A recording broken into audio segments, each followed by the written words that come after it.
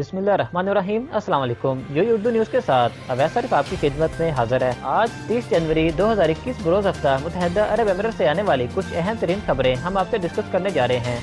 मज़ीद डिस्कस करने से पहले वीडियो को लाइक करें, चैनल को सब्सक्राइब करें और बेल आइकन पर क्लिक करें ताकि आपको हर आने वाली वीडियो का नोटिफिकेशन मिलता रहे।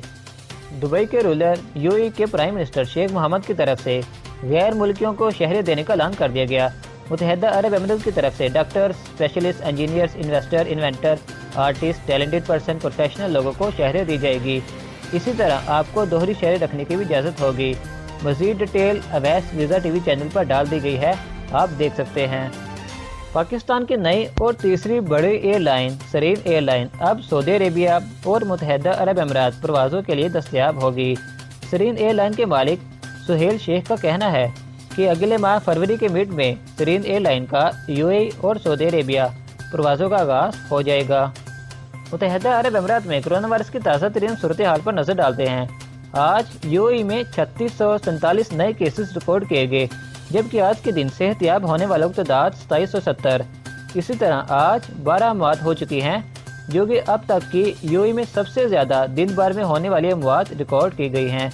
इसी तरह अब तक कुल एक्टिव केसेस की तादाद बढ़ते हुए 27,054 हो चुकी है, जबकि पिछले 24 घंटों में अब तक 1,07,561 लोगों को कोरोना वैक्सीन के टीके भी लग चुके हैं।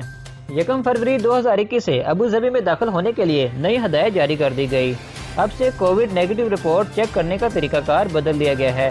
अबू धाबी दाखिल होने से पहले आपने प्ले स्टोर से अल हुसैन ऐप एक्टिवेट कर लेना है।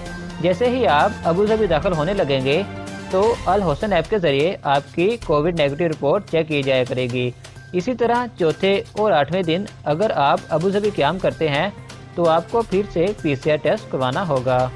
मुत्तहिदा अरब अमीरात और इसराइल के दरमियान होने वाली तजारत पिछले 5 माह से अब तक 1 बिलियन दिरहम की तजारत हो चुकी है।